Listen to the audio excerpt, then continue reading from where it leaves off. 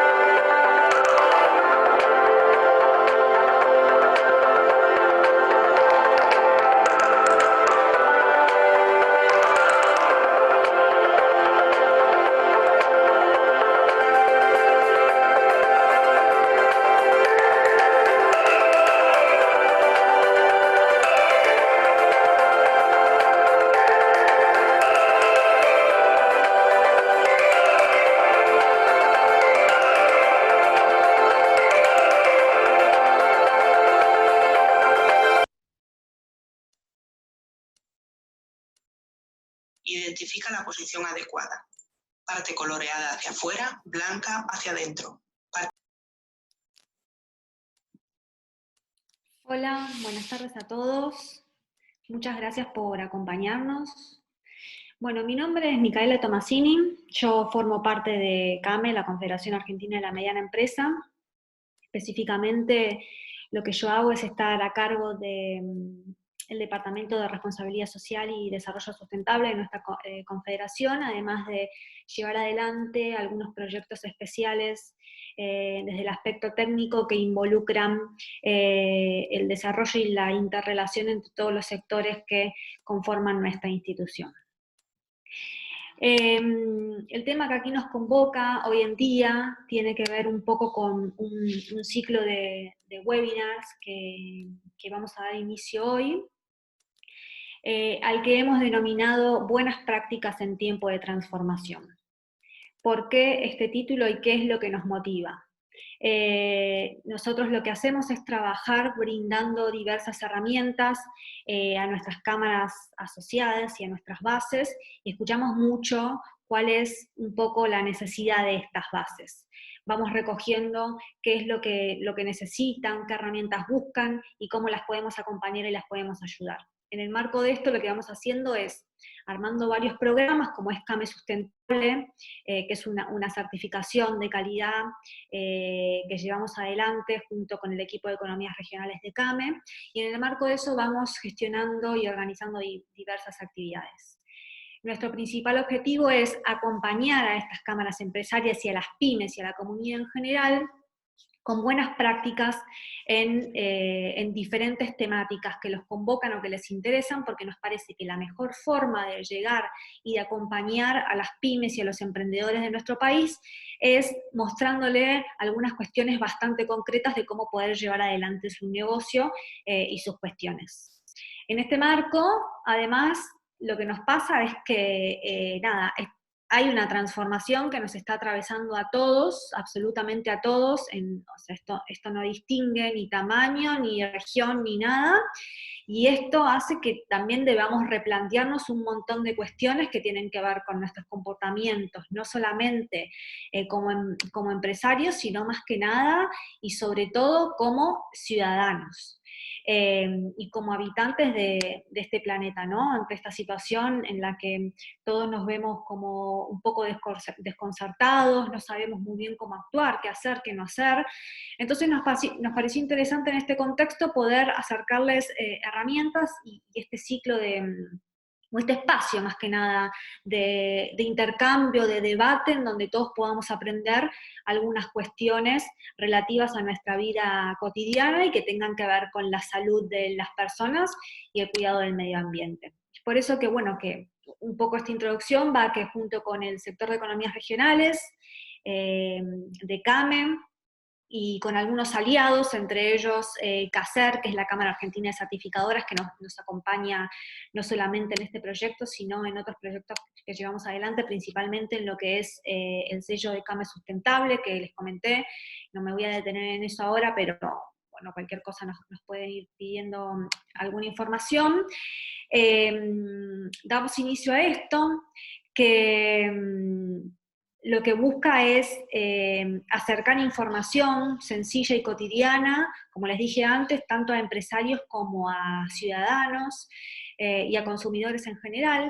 La idea es que hoy damos inicio y de la mano de expertos durante 3 encuentros vamos a estar conversando de diferentes temas, como es en este caso hoy la seguridad alimentaria, el manejo de fitosanitarios, de fertilizantes, manejos de productos de limpieza, la manipulación de frutas y hortalizas, el bienestar animal, todo esto en este tiempo como mencioné antes, de pandemia, por decirlo de alguna forma, no, en este tiempo de pandemia, en donde se nos requiere como una acción bastante inmediata y a veces tenemos medio duda de cómo actuar y demás.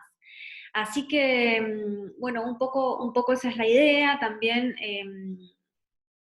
alinearnos también con todo lo que tiene que ver, obviamente, como referente del Departamento de Responsabilidad Social, y junto con nuestro equipo siempre queremos llevar adelante este mensaje de concientización y de que todos se animen a más y que se animen con sus pequeñas acciones a contribuir al cuidado del ambiente y al cuidado de las comunidades en las que desarrollan sus actividades.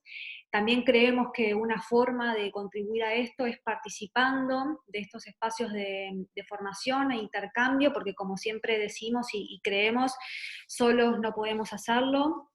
Entonces está bueno que nos acompañen y que todos juntos podamos recorrer este camino de aprendizaje y este camino de transformación. La verdad es que cuando armamos esto junto con CACER y con nuestro equipo externo de CAME Sustentable y el equipo de regionales, pensamos mucho en este título y en cómo transmitir lo que queremos transmitir, que tiene que ver con la transformación. Esto que nos está atravesando a todos, que nos cuesta a todos desde todos los lugares. Así que bueno, eso es un poco el mensaje. Antes de pasar a lo que nos convoca y presentar al ingeniero Pedro Landa, quiero hacer algunas aclaraciones técnicas. Por favor, que todos tengamos los micrófonos silenciados durante el tiempo que dure la charla que va a estar dando Pedro. Al costado ustedes pueden ver un chat. En ese chat pueden escribir lo que quieran. Nosotros, parte del equipo, va a estar ahí contestando o leyendo. Y la idea es que una vez que Pedro finalice con toda la presentación, ahí podamos abrir un espacio de debate. Mientras tanto, o sea, está bueno poder incentivar el debate entre nosotros dentro del chat, pero bueno, al final de la charla va a haber como un espacio para que podamos conversar, para que Pedro conteste todas las dudas que tengan. También estaría bueno que puedan presentarse en el chat para ver quiénes nos visitan, quiénes nos acompañan, de dónde son, y ahí también podamos generar más alianzas y conocernos más. Así que bueno, ahora sin más preámbulos les voy a presentar al ingeniero Pedro Landa, que es ingeniero agrónomo de la UBA, es productor agropecuario, es el director técnico de la OIA, que es la Organización Internacional Agropecuaria, que es una entidad certificadora dedicada a la certificación de agroalimentos, materias primas, insumos y productos. Es socio fundador y presidente del MAPO, que es el Movimiento Argentino para la Producción Orgánica, que es una entidad adherida a CAME. Es también socio fundador de CACER, que les mencioné, que es la Cámara Argentina de Certificadoras de Alimentos, Productos Orgánicos y Afines, que también es miembro de CAME. Aprovecho y le agradezco a todo el equipo de CACER y a Gabriel, que nos acompañó también, nos acompaña en esta actividad y en el desarrollo de CAME Sustentable. Aprovecho también para saludarlo a Eduardo, que es el presidente Rodríguez, presidente de Economías Regionales, que lo vi por ahí también. Y bueno, nada, también es socio fundador de la National Beef Cattlemen's Association de Estados Unidos. Así que bueno, sin más los dejo con Pedro. Recuerden por favor silenciar los micrófonos y al final de la exposición hacemos todas las preguntas y debatimos todo lo que quieran. Bueno, gracias por acompañarnos. ¿Qué tal? Buenas tardes a todos. ¿Me escuchan bien? Con hacer con la cabeza que sí, me alcanzaría bien. Gracias por estar presentes. Muchas gracias a CAME Economías Regionales, a Responsabilidad Social de CAME, al sello sustentable de CAME, a Micaela, por supuesto, a Steffi, a Alejandra, Claudia, y seguro me olvido de alguna. Muchas gracias por la invitación y por participar en este momento, en el cual veo que en la audiencia tenemos muchos profesionales que conozco, algunos de muy buen nivel y buena trayectoria. Por lo tanto, pensemos que este momento sea un espacio para pensar juntos en estas nuevas buenas prácticas que se imponen hace poquito en Argentina, pero que tienen una vieja historia. Entonces, yo voy a poner la presentación que lo que trata es de acompañar un poco la historia de lo que son las buenas prácticas. Y aquí estamos.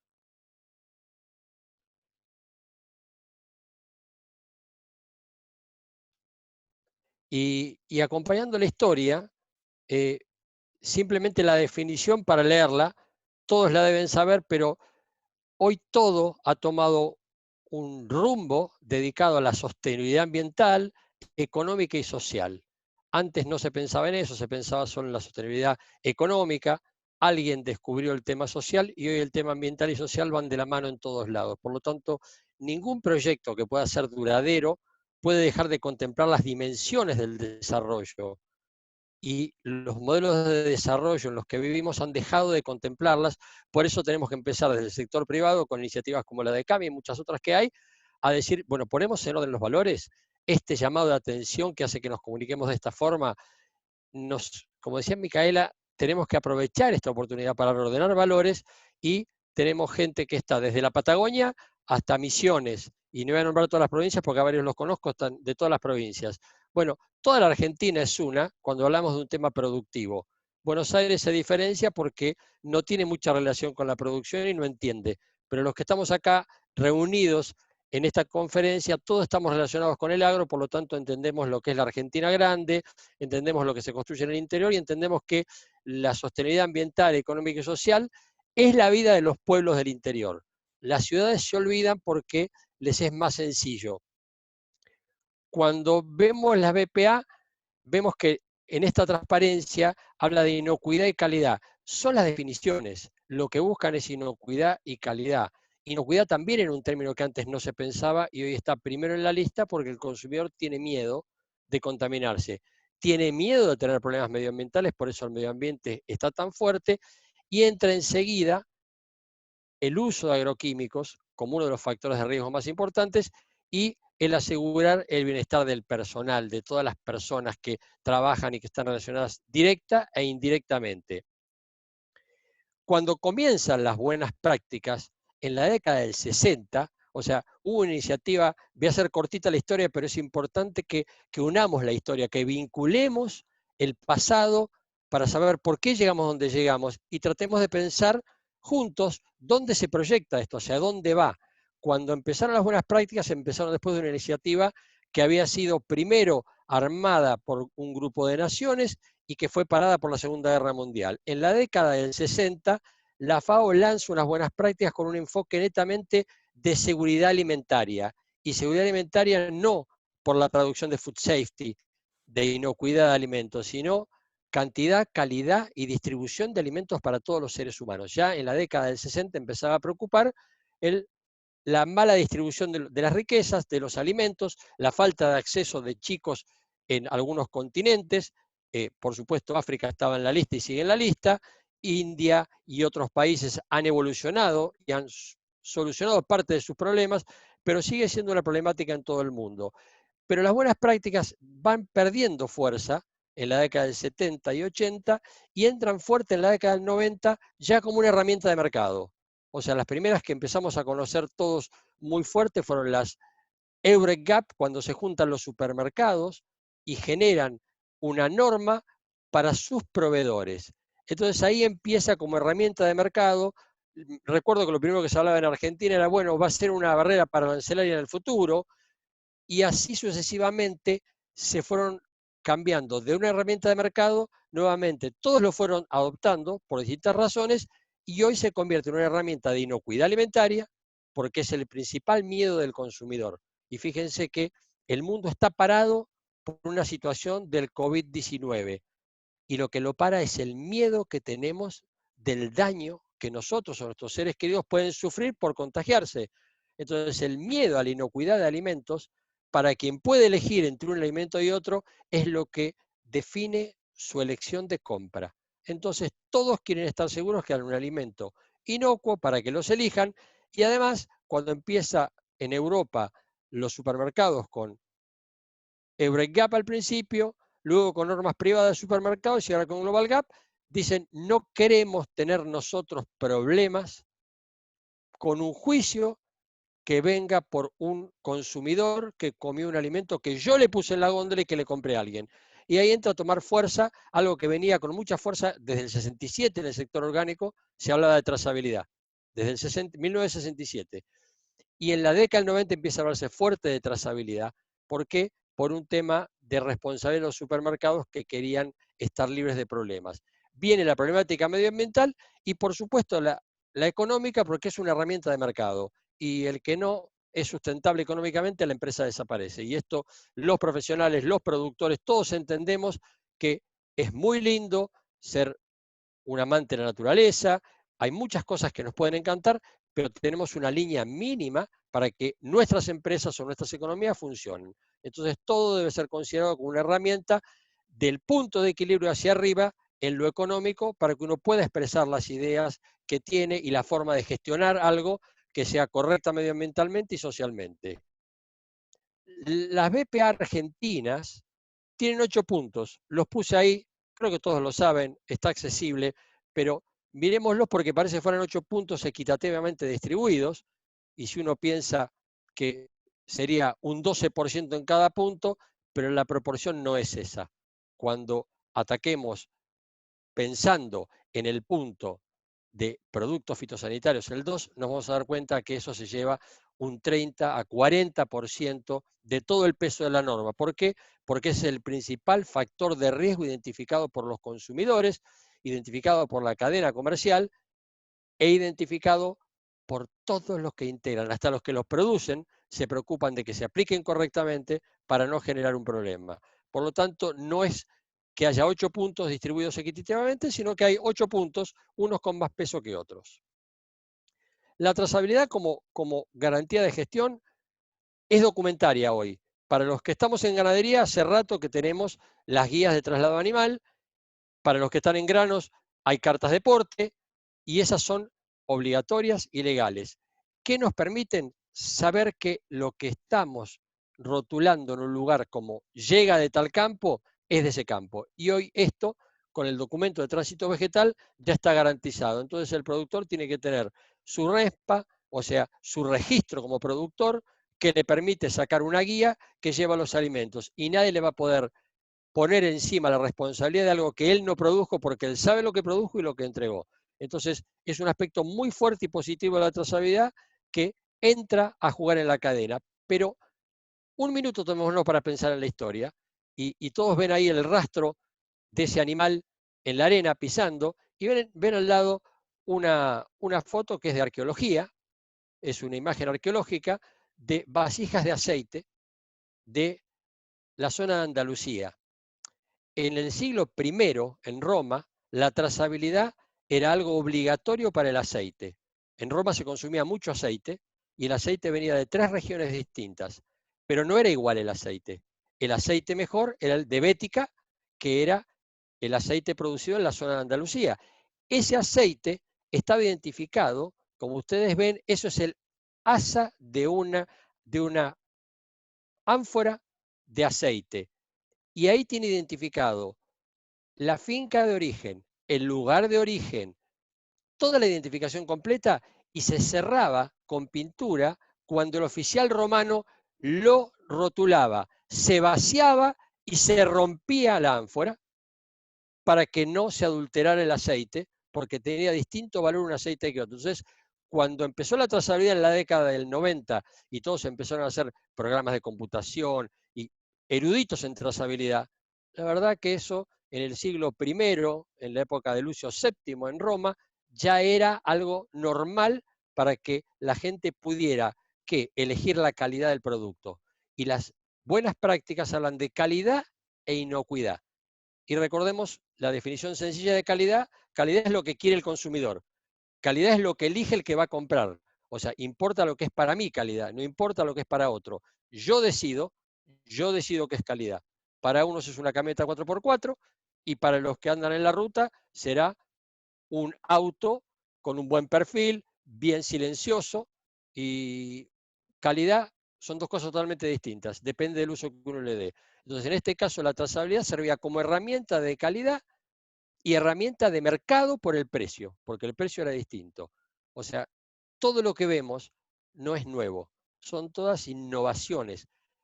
Reinventamos la rueda permanentemente para poder seguir los cambios de las mismas dinámicas poblacionales y sobre todo la percepción de un consumidor que va cambiando de acuerdo a la información que recibe.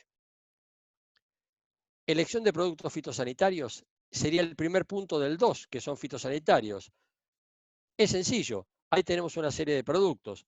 Los productos tienen que ser específicos para lo que yo quiero controlar, sea un insecto, sean malezas, sean hongos. Tiene que ser específico. Cuanto más específico, mejor.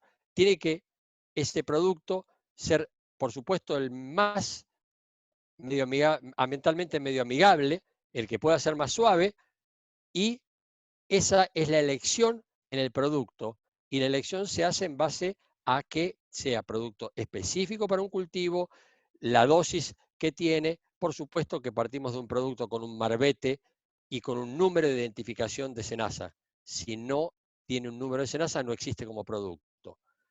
Otro punto en los fitosanitarios es aplicación segura de fitosanitarios, de elementos de protección. Y fíjense que tenemos 2 personas aplicando correctamente con protección y una persona con los brazos desprotegidos, en patas, con pantalones bermuda. Evidentemente son 2 extremos de lo que es el buen manejo. En rojo marcado, alguien que no está protegido, o sea, no está usando los elementos de protección que están delineados a las buenas prácticas y que son distintos elementos, empezando por los guantes, mameluco, botas. No es el objetivo mencionarlo, están ahí en las buenas prácticas para que todos lo puedan leer, pero sí es conceptualmente entender que hay 2 mundos.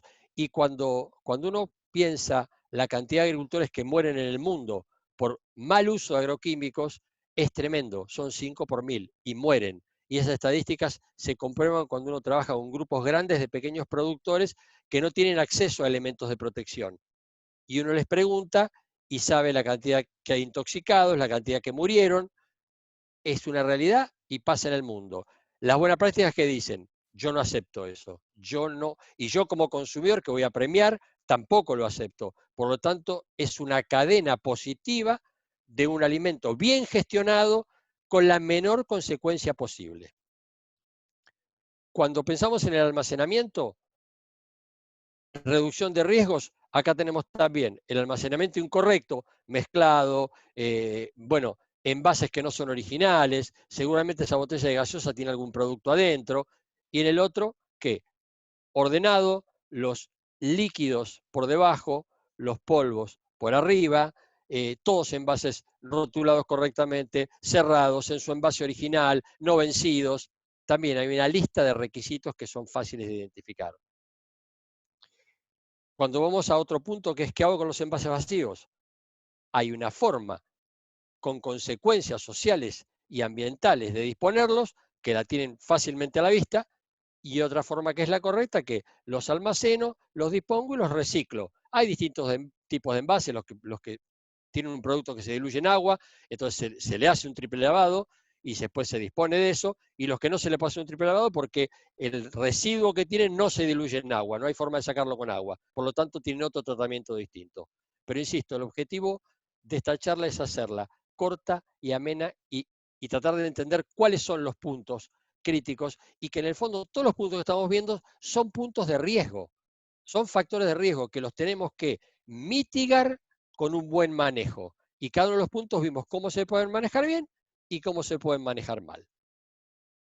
En el caso de calibración de los equipos, bueno, las consecuencias económicas de calibrar mal los equipos son impensadas. A veces los productores no pensamos, pero un equipo mal calibrado nos hace tirar un producto que cuesta mucho y que no cumple el efecto que necesitamos en caso que apliquemos un producto, sea este un producto biológico o químico. Si yo no lo aplico en la dosis correcta, en la cantidad correcta, voy a perder mi cultivo y voy a haber tirado el cultivo, el producto en una franja, como en ese pico, que chorrea y me va a tirar todo en una sola franja y no voy a lograr cubrir el cultivo. Conclusión, gasté el dinero que creí que había invertido para salvar mi cultivo y lo gasté porque lo perdí y perdí el cultivo. Las consecuencias económicas tremendas y las consecuencias medioambientales, porque todo está calculado, las dosis están calculadas. Imagínense que si el cultivo se salva donde cae el chorro de la boquilla obstruida, esos productos tienen una carga de químicos que no se van a ir, van a quedar porque la carga no es normal. Y todos los cálculos están hechos para un manejo normal de un cultivo. Por lo tanto, hay consecuencias medioambientales, hay consecuencias económicas y también podemos tener consecuencias sociales por quien consume esos alimentos. La receta agronómica, y acá para todos los que somos profesionales, la gran responsabilidad que tenemos de recetar un producto y asegurarnos que se cumple. Esta receta agronómica es de la provincia de Entre Ríos, donde hay un sistema estricto, y es fundamental entender las consecuencias. Nuevamente, un producto mal dosificado significa un gasto en lugar de una inversión en proteger el cultivo, y en lo social significa la contaminación de los que manejan el cultivo, porque eso no está teniendo un desarrollo normal, y el impacto indirecto en quien pueda consumir el alimento. O sea, que el golpe social puede ser muy grande. El productor puede quizás verlo solo por el económico, no importa por cuál entra. Lo importante es que distingamos cuál es la forma de hacer bien las cosas y cuál es la forma de hacer mal las cosas. ¿Y qué son las buenas prácticas? Un compendio de cómo hacer bien las cosas. ¿Con qué objetivo? Objetivo de tener un alimento inocuo y objetivo de tener una producción rentable. Las dos cosas, sin consecuencias sociales ni medioambientales. El agua, otro de los puntos. Terminamos con los fitosanitarios, el agua.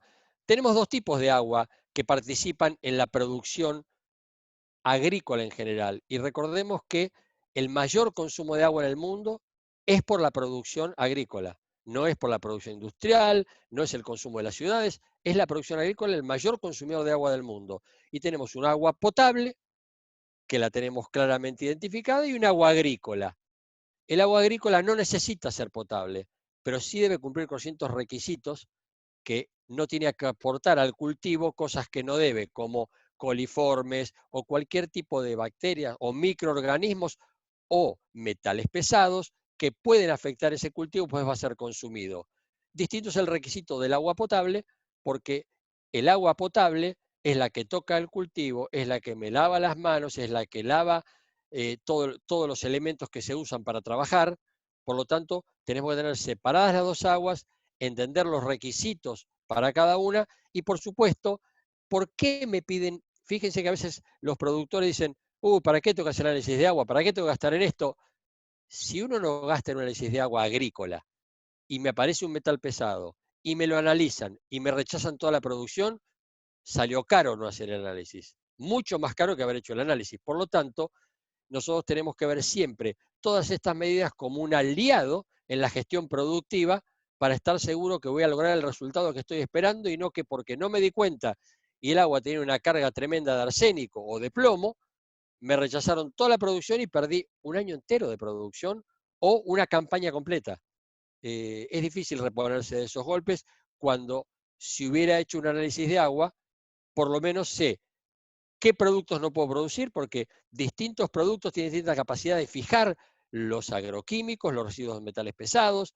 Entonces hay productos vegetales que son muy sensibles, como las cucurbitáceas, y hay otros que no son tan sensibles. Entonces, si tengo ciertos residuos y riesgo de que estos residuos puedan llegar a la producción, voy a evitar cualquier producto muy sensible y cualquier producto en el que se trasloca fácilmente y llega al consumidor y hace que me rechacen. Por supuesto, tengo que cambiar la perforación, o sea, tengo un montón de medidas de prevención, pero si no hago el análisis, si no invierto en saber dónde estoy parado, no tengo ninguna forma más que seguir a ciegas hasta que un día me estrello. Y para eso son las buenas prácticas, para poder prevenir y hacer los manejos adecuados para no estrellarme yo, no estrellar a mi personal, ni estrellar al medio ambiente. Lavado de manos. Acá, bueno, ahora lavado de manos somos todos expertos. Ahora son 2 cumpleaños. Antes, cuando yo lo estudié como inocuidad alimentaria, eran 20 segundos. 20 segundos de lavado de manos y con eso alcanzaba. Hoy son 2 cumpleaños, un poquito más, pero es fundamental que el agua con la que me lavo las manos justamente no puede ser un agua agrícola. Tiene que ser un agua que no me deje ningún residuo. Y el hecho de los baños químicos que hacen a la manipulación del producto, ¿por qué? Porque el operario que sale de ese baño químico, cuando va a cosechar, va a manipular un producto, y cualquier residuo de contaminante químico, físico, microbiológico que tenga en las manos, lo va a poner en el alimento. Entonces es fundamental el lavado de manos, por supuesto, después de haber usado el baño, pero a su vez tener la cantidad de baños adecuados y en las condiciones lógicas. Esto también fue interesante, al menos para mí, que no soy hortícola, cuando a principios de la década del 90 empezamos a ver que año 94, 95, EURECAP empezaba a hablar de ese tema, y en el 98, 99 le empezaban a exigir que tenía que haber un baño cada tantos metros, y uno se lo planteaba a un productor y decía, no, pero es una locura, y no existían estos baños portátiles, químicos, eso es una locura. Bueno, las soluciones fueron llegando y hoy nadie se cuestiona estas cosas. Son una parte fundamental de poder estar gestionando alimentos, porque ese es nuestro trabajo. Como profesionales o como productores estamos gestionando alimentos, algo que llega a la mesa y nosotros como consumidores lo atajamos después. Entonces, si como consumidores lo vamos a recibir, asegurémonos que esté bien hecho, porque todos somos consumidores. Los animales, otra de las peleas, el perrito, el gatito, que están en la casa y que se meten en la huerta y no lo pueden sacar, evidentemente son un vector importante de transmisión de distintos tipos de enfermedades. Entonces, los animales no pueden, salvo que sean animales de trabajo, estar en las zonas de cultivo. No está permitido. Está claro, y es una no conformidad seria, y es un punto serio. Y cuando estamos pensando en dónde estamos hoy nosotros con las normas, también hagamos un poquito de historia, porque Argentina saca la ley que contiene las buenas prácticas y después las incorpora en el Código Alimentario en noviembre del 2015. Creo que fue el 26 de noviembre del 2015, sale la ley 27233, que es la que incorpora la responsabilidad del productor sobre el alimento que produce.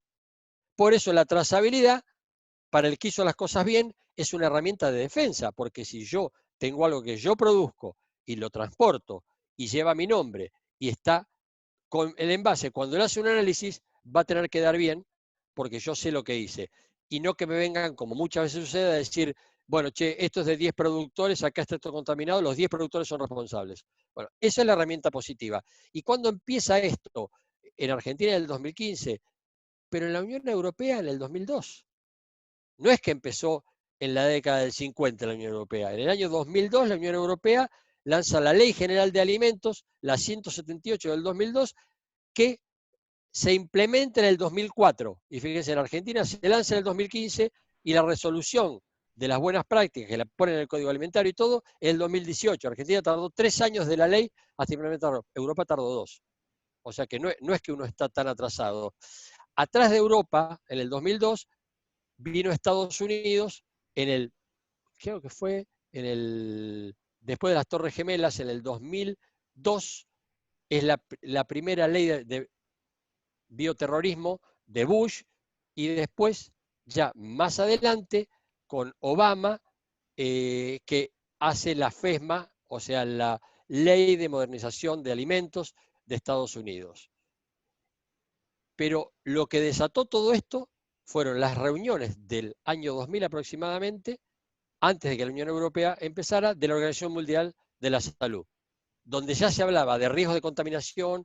Miren qué interesante, se hablaba de riesgo de contaminación intencional, o sea, de terrorismo biológico, y cuando vemos esta pandemia, porque a mí personalmente esto me agarró como una cosa que, si bien Bush lo había dicho, yo creo que fue en el 2004, y Obama después lo había parafraseado a Bush y había dicho también que en cualquier momento se iba a desatar una pandemia por todas las manipulaciones que había y se iba a escapar.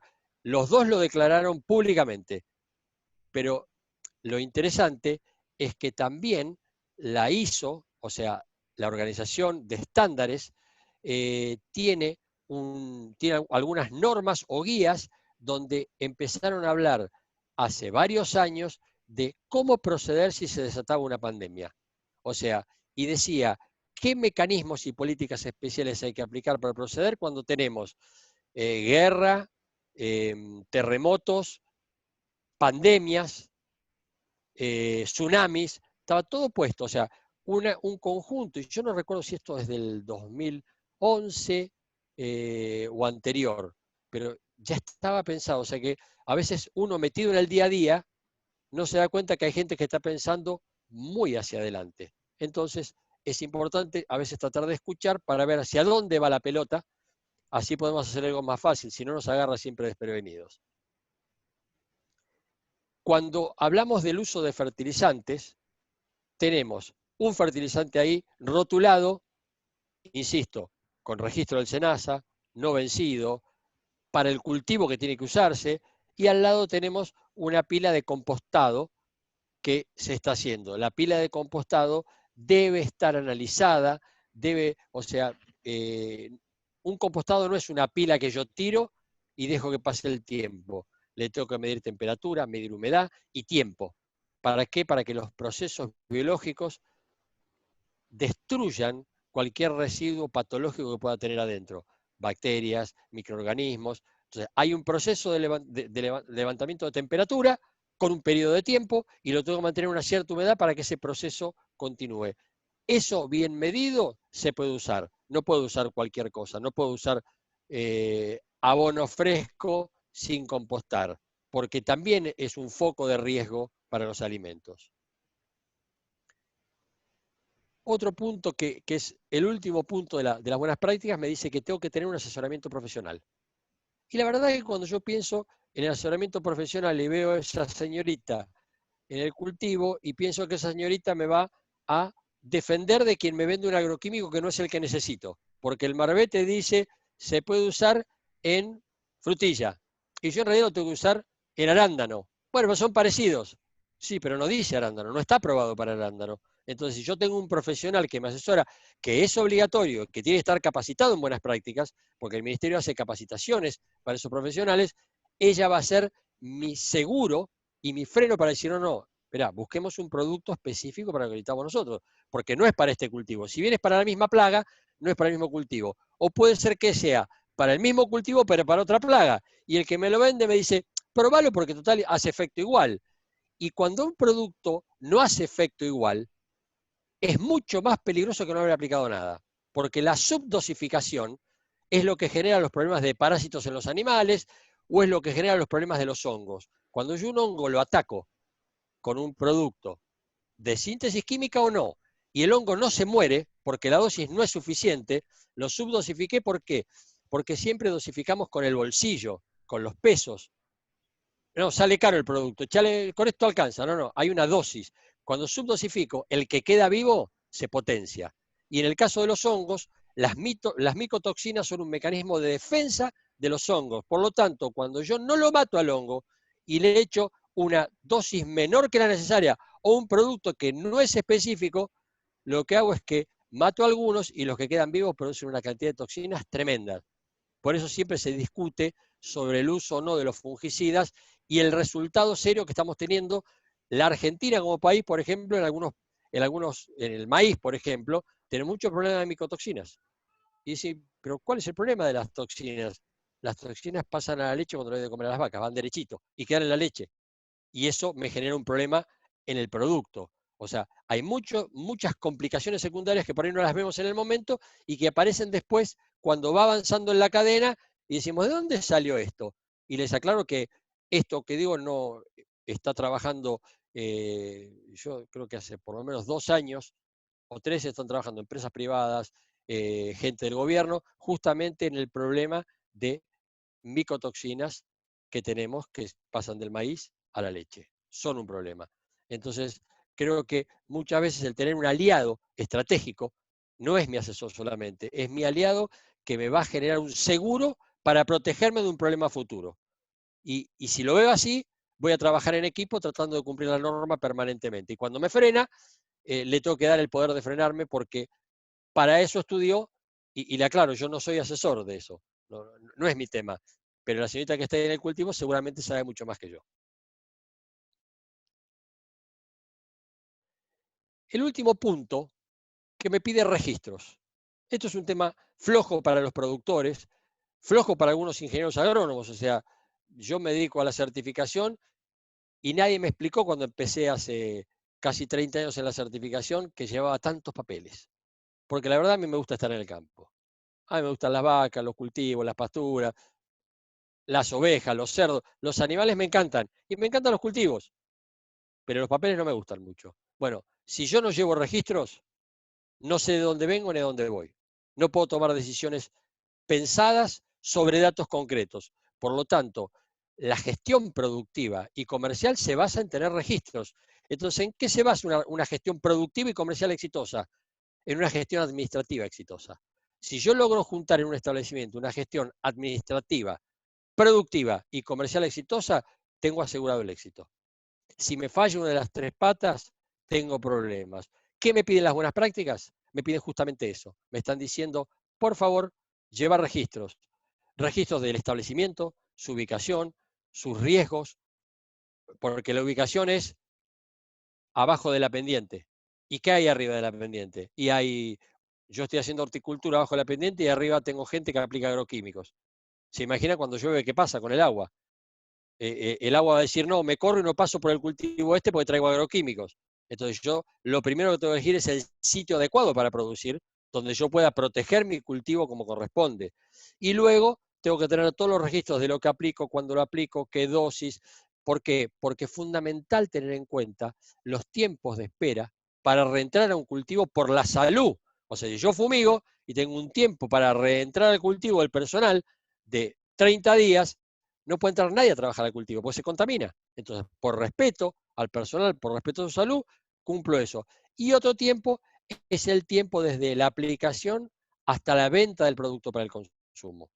Y en general lo que es interesante es que cuanto más largo es el tiempo de espera, o sea, el tiempo de retiro de un producto para que llegue a la góndola, más barato es el producto.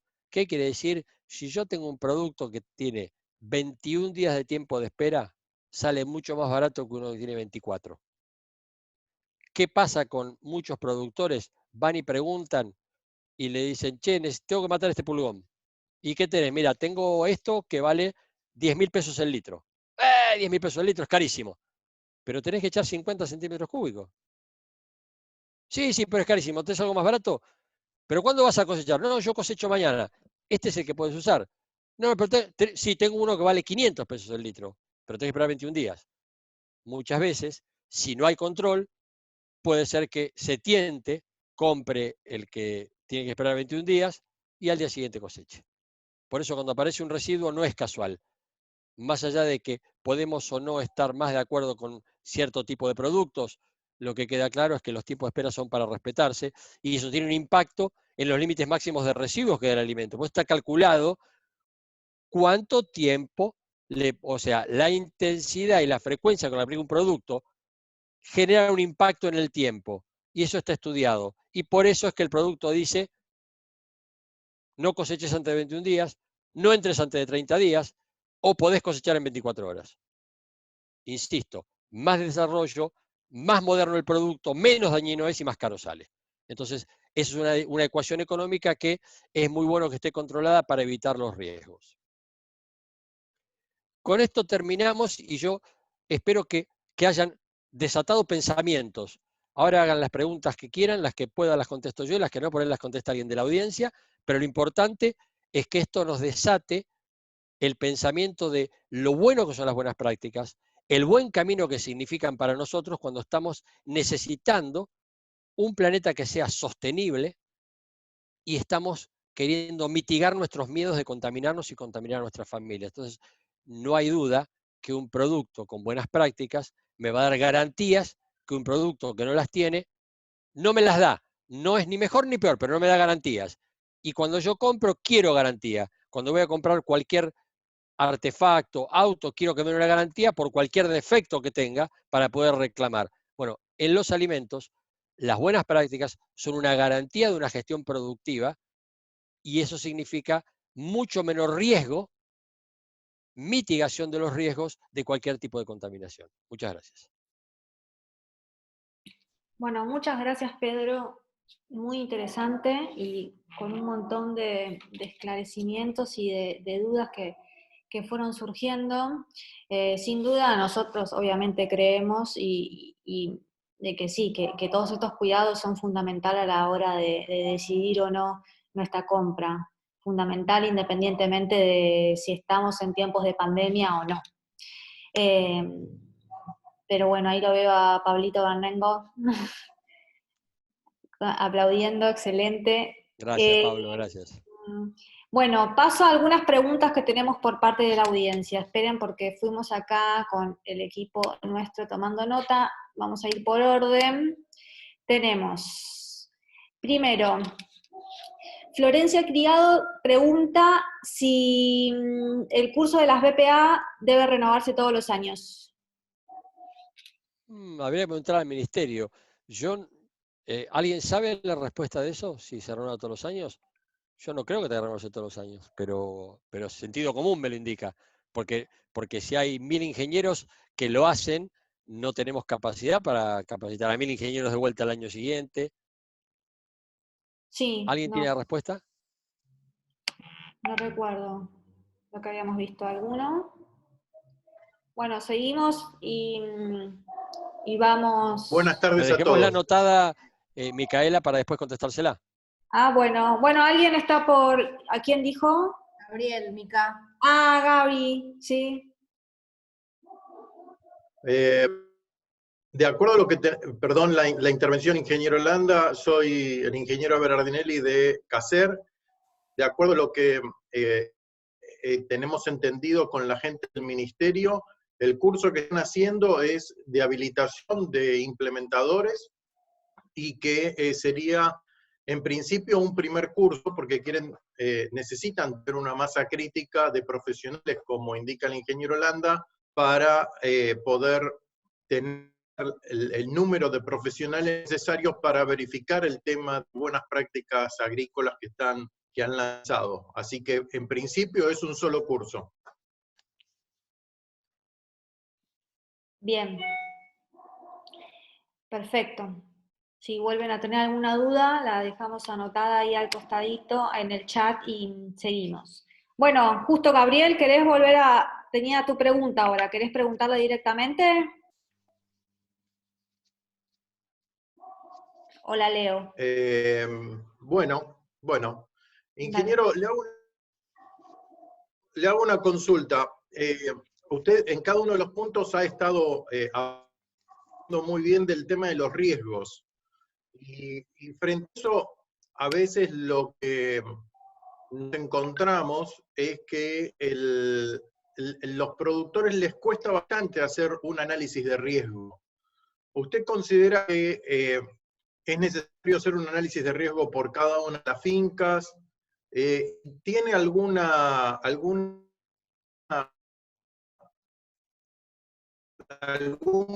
consejo de un análisis de riesgo simple? ¿Cómo lo consideraría? El productor, el análisis de riesgo lo vive haciendo, que quede claro.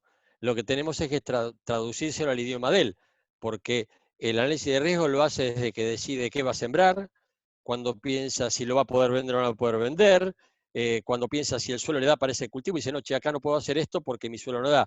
O sea que conceptualmente él sabe lo que es un análisis de riesgo. Lo que hay que ayudarlo es a estructurarlo de acuerdo a lo que pide la norma de análisis de riesgo. O sea, orientarlo para el riesgo químico, físico, microbiológico, porque el productivo él lo hace el análisis.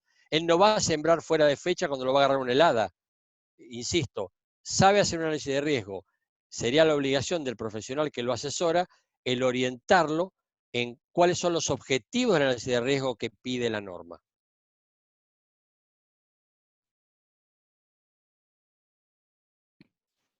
Perfecto.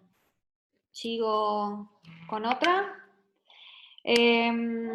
Adrián Chorén de INTI pregunta, ¿cuál es el número de resolución 2018 de BPA y si qué resultados hubo hasta la fecha? La del 2018 es la 5, la resolución 5, que es la que termina poniéndolo en el Código Alimentario, en el 154 TRIS. Resolución 5 es. ¿Y hubo resultados? Y el resultado creo que está en implementación. O sea, el Ministerio el año pasado estuvo capacitando profesionales y capacitando con ciertas limitaciones. En un momento inclusive con CAME tratamos de colocar varios, pero estaban diciendo, bueno, solo queremos ingenieros agrónomos ahora porque las vacantes que tenemos son muy limitadas. Entonces no querían ingenieros ambientales, no querían otras áreas. O sea que se está avanzando en la medida de lo posible, creo que es algo que lo va a traccionar el mercado seguramente.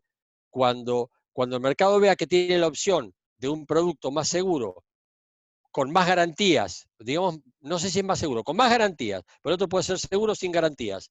El mercado va a pedir el producto con garantías y eso va a traccionar el sistema. Por ahora el sistema me parece que está avanzando un poco lento por la propia falta de recursos. Perfecto. Jorge Pasos de CAME pregunta, ¿cómo subsanar el inconveniente cuando el productor está certificado por una empresa y la comercializadora por otra? Suele ocurrir que la certificación comercial debe contar con ambas. Todo depende de qué norma sea. Se supone que en un mundo lógico y civilizado, y las normas son civilizadas, pues están hechas por hombres, uno tiene que respetar el trabajo de otra certificadora. Es obligatorio. Dentro del mismo ámbito hay que respetarlo. Si son ámbitos, o sea, si es una buena práctica, supongamos, del Ministerio de Agricultura y el comprador tiene Global Gap, no lo van a respetar. Pero si los dos tienen Global Gap o los dos tienen del Ministerio, tiene que tener validez. No vería un inconveniente ahí. No sé si esa es la pregunta, Jorge. Gracias, Pedro. ¿Qué tal? La amplío, no, bien, la amplío un poquito más. Se da el caso que cuando uno comercializa y trabaja con distintos productores, hay veces están certificados por colegas distintos, y como comercializador es como que tenemos que trabajar con las dos normas, digamos, siendo que el protocolo es el mismo, a eso me refería. Claro, el protocolo puede ser similar, pero la demanda es del mercado. Y si el mercado nos pide un protocolo que tiene 2 puntos más diferentes, tenemos que cumplir con los 2 puntos más diferentes. Es un tema de mercado, porque son casi iguales, pero no son iguales. Es así.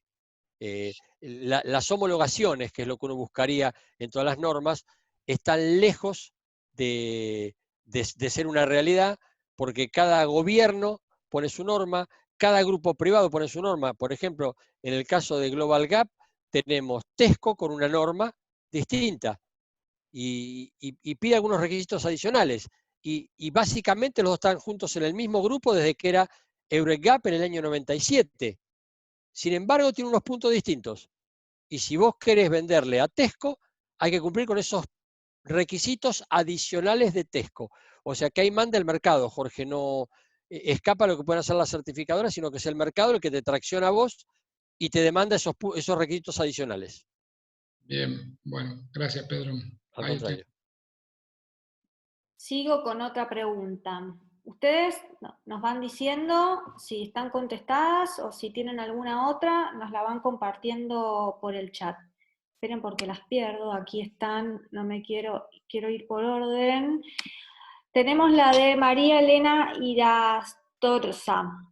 ¿Existe en la Argentina una lista de laboratorios reconocidos por las certificadoras para realizar análisis de agua, suelo, compost, lombricompost, microbiológicos y bioseguridad?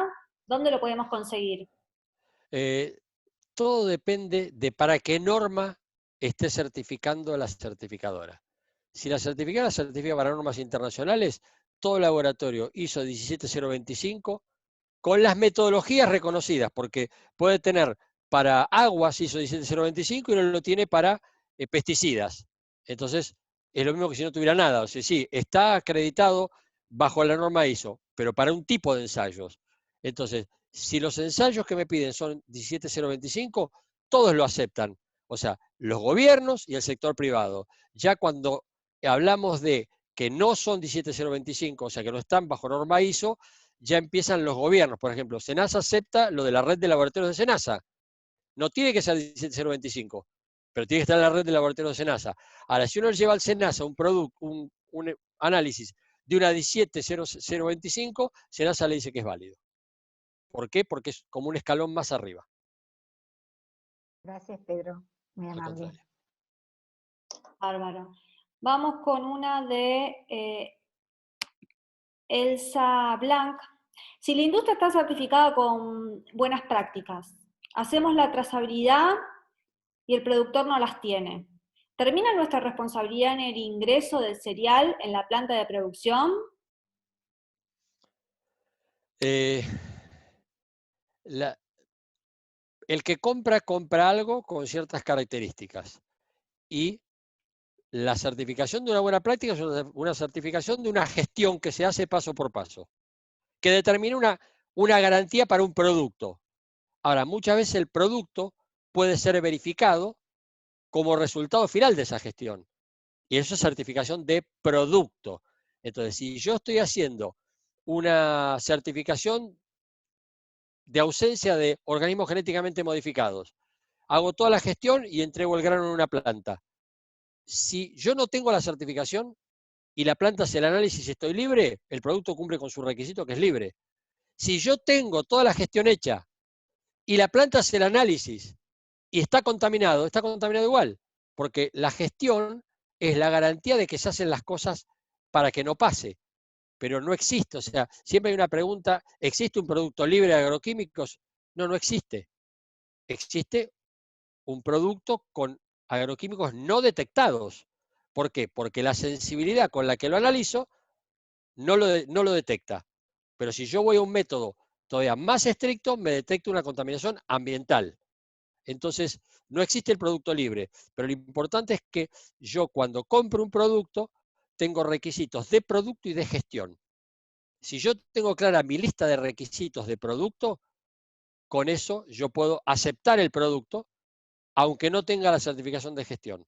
Y muchas veces, aunque tenga la certificación de gestión, le hacen todos los análisis para estar seguro que la gestión dio el resultado esperado. Perfecto. Esa era la última que teníamos por el momento. Mientras tanto, por si alguna otra persona quiere hacernos alguna pregunta, ahí estoy viendo en el chat que muchos están comentando su interés por el curso de las BPA que tanto Pedro mencionó y que, bueno, está tan reiterativo el tema. Yo me olvidé de contarles al principio, al inicio, que dentro de todas las alianzas que tenemos para acompañar, en este caso, a productores, y bueno, todas las economías regionales, una es con CACER y otra tenemos un convenio firmado con el CEPI, es el Consejo Profesional de Ingenieros Agrónomos, para hacer la bajada al territorio de algunas herramientas, entre ellas todo lo que es la implementación y la formación de las BPA. La verdad es que venimos trabajando ya hace más de un año, desde diciembre del 2018, cuando comenzó todo el tema de cambio sustentable, nos fuimos aliando con diferentes instituciones, cámaras empresarias y otros actores, entre ellos el CEPIA. Durante todo el 2019 trabajamos de la mano de profesionales, entre ellos Fernando Vilela, que muchos de ustedes lo conocen, que es un experto senior que está trabajando con nosotros en el desarrollo del sello y en toda esta cuestión. Y bueno, estábamos por bajar al territorio con este tema de las BPA y justo vino la pandemia. Está medio demorado, pero la idea es instrumentar ese convenio a través del CEPIA y otras instituciones con las que estamos conversando, así como con CACER y con otros miembros de CACER vamos a instrumentar la parte más de certificación. Así que ese detalle no queríamos dejar de mencionárselos en cuanto a las BPA. De todas formas, pueden remitir el correo electrónico para que les mandemos toda la información que nosotros manejamos de BPA. Por otro lado... Sí, yo agrego algo, Micaela, me parece importante que para los que tienen inquietudes con respecto a todo esto, que concentren las preguntas en CAME. O sea, CAME está haciendo un trabajo muy importante de nuclear a distintos profesionales, instituciones, liderando una movida hacia la inocuidad alimentaria, hacia la sustentabilidad o hacia la sostenibilidad, para mí que es el término correcto. Entonces es importante que si tenemos dudas, bueno, las canalizamos con CAME y CAME nos va a dar respuestas. A mí me ha dado muchas respuestas en todos estos años y me parece una relación muy fructífera. Y porque si uno va solo a preguntar, es como que está huérfano. Entonces, si son 10 que quieren hacerlo, de golpe uno dice, bueno, se armó un curso porque hay 10, 15 interesados y se puede armar la actividad. Pero si cada uno va por separado a preguntar, no existe la masa crítica para generar esas actividades. Exacto, y bueno, acá estoy viendo que algunos representantes de CAME en diferentes puntos del país nos están acompañando, así que todas las gestiones, como bien dice Pedro, se pueden canalizar a través de ellos, o a través de CAME todos como institución podemos acompañarlos. Acá Carolina Bianchi está consultando, haciendo una pregunta y también una reflexión. ¿Cuáles son los tips para lograr cambios en la cultura de la empresa para poner en valor las buenas prácticas? Para aquellas que recién empiezan y para empresas que ya tienen trayectorias. Revisar lo que ya hacen. Acá, a mí, me gustaría contestarle una reflexión que nosotros siempre, antes de darle la palabra a Pedro, lo que apuntamos es que desde las buenas prácticas en general, independientemente de lo que es el sector de alimentos y bebidas, o el tema que nos convoca hoy, está bueno eso de poder ordenarse un poco y poder revisar con nuestro público interno y con el trabajo que nosotros hacemos en nuestra empresa, tanto hacia adentro como hacia nuestra comunidad, cuáles son las acciones que venimos haciendo y luego ordenarlas.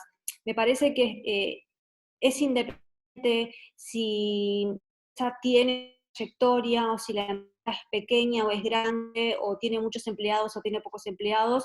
Me parece que la importancia está en las ganas y la voluntad del board de una empresa o ya sea una pyme o una gran empresa, en hacer cosas que tengan un impacto positivo tanto en el ambiente como en la comunidad en la que ejerce sus acciones.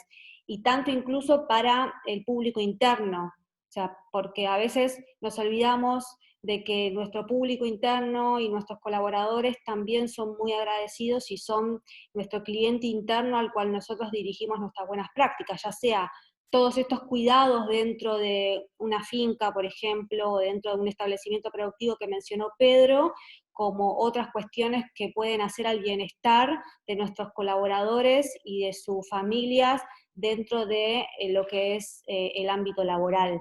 Entonces me parece que tal vez el ejercicio está bueno repasar qué es lo que hacemos y después empezar a ordenarlo de manera de visibilizarlo un poco, eso también ayuda mucho, me parece que es importante, como que ese es el aporte que me gusta siempre dar desde la responsabilidad social. Ahora, Pedro. Me encanta la pregunta que hizo Carolina y lo que respondés vos está muy bien. Lo que falta es liderazgo. O sea, nosotros necesitamos liderazgo y liderazgo en el que creamos y podamos seguirlo. O sea, liderazgo transparente. Porque uno puede ser un buen líder, pero tiene que saber ser un buen seguidor. Y yo insisto, yo hay temas de los que sé y temas de los que no sé nada. En los temas que yo no sé, que son la mayoría, soy un buen seguidor. Cuando veo un tipo transparente que me explica, o una mujer transparente también, porque yo sigo a muchas mujeres. O sea, en el sector orgánico tenemos muchísimas mujeres que son líderes muy fuertes. Entonces, cuando dicen, este es el rumbo, y lo dicen con honestidad, con transparencia, y sobre todo, lo que predican lo viven, yo no tengo duda, empiezo a caminar detrás de esa persona. Entonces, nos falta liderazgo con transparencia y liderazgos positivos, que nos ofrezcan a compartir cosas.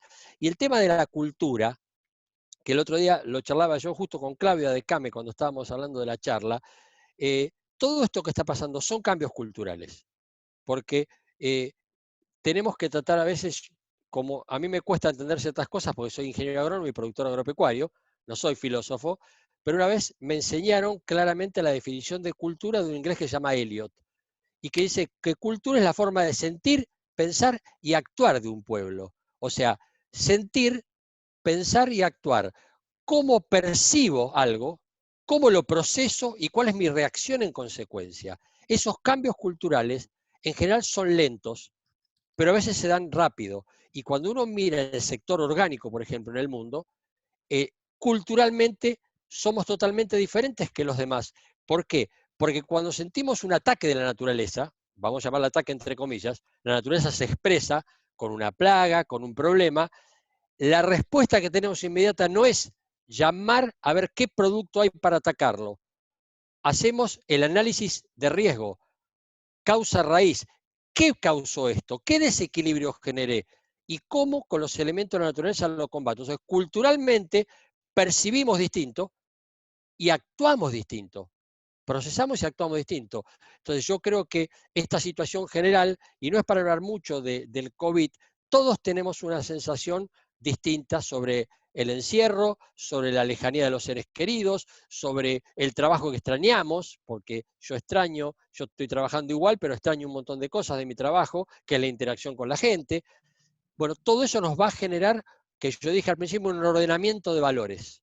En ese ordenamiento de valores vamos a cambiar nuestra cultura. Y la cultura de la organización no es otra que la cultura que impone un líder.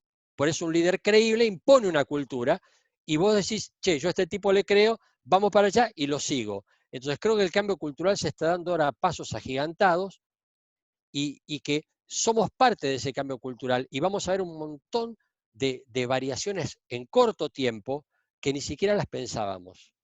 Así que yo la pregunta la agradezco, es una gran discusión el tema de los cambios culturales que a veces provienen de cambios paradigmáticos, pero sobre todo provienen de cambios de percepción espiritual de la realidad y de ordenamiento de valores.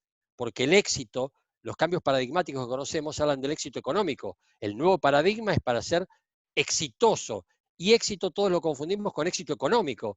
Y el éxito es un éxito que si hoy lo ponemos en el orden de valores es la salud mía, la salud a veces primero de algunos seres queridos, nietos primero, uno después, hijos primero y uno después. Entonces, el orden es la salud, la familia, la economía que abastezca esa armonía para que funcione, y después viene la camioneta 0 kilómetros, que la tenemos parada y no la estamos usando.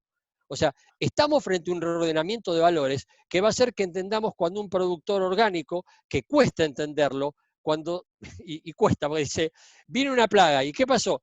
Perdí el trigo, ¿y qué haces? Y la naturaleza habló. Pero, y bueno, los insectos también tienen que comer, te contesta.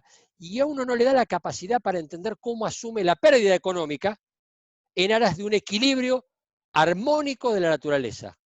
Y cuidado que hemos roto ese equilibrio armónico. Y ahora estuve el otro día en una charla justo interesante con profesionales de muy buen nivel, que alguno debe estar acá, no voy a dar los nombres, sobre buenas prácticas. Y en el chat se discutió una cosa que yo no la contesté, pero ahora la voy a contestar, no la contesté ahí porque yo no desacredito a nadie. Cuando dicen volvieron los lobos marinos a salir en Mar del Plata, volvieron, no sé, todos los animales a ocupar el territorio, y Venecia el agua está transparente, eso es el impacto visible. El impacto no visible todavía no lo tenemos, porque la contaminación por el exceso de uso de agroquímicos o mal uso de los agroquímicos es un invasor invisible. Es como el COVID, no lo ves venir. Lo que vemos es que el hombre frenó su ritmo alocado y la naturaleza empezó a ocupar un lugar. Entonces, hay mucho para pensar sobre este reacomodamiento cultural, y las buenas prácticas son una parte fundamental que nos tiene que ayudar a pensar qué hacemos, por qué lo hacemos y qué estamos buscando. Son una herramienta más para ayudar a que usemos el cerebro y que usemos la inteligencia para lograr un alimento inocuo, un equilibrio social, que lo vemos un montón de cosas que hemos perdido en este mundo en el que estamos viviendo con el modelo actual de desarrollo. Perfecto, sí, totalmente de acuerdo. Por eso, y ya para ir terminando, lo que dijimos al principio, ¿no? Y lo que siempre reiteramos, esto de esta crisis que es una transformación y un poco lo que queremos transmitir. Esta transformación y esta crisis que nos atraviesa a todos desde todos los ámbitos sin distinción de nada, y que sin dudas es movilizadora en el interior de cada uno y en repensar un poco qué es lo que Pedro mencionó ahora a lo último, en repensar nuestras prácticas y en repensar cómo nosotros, cómo nuestro accionar repercute en el ambiente y en la comunidad.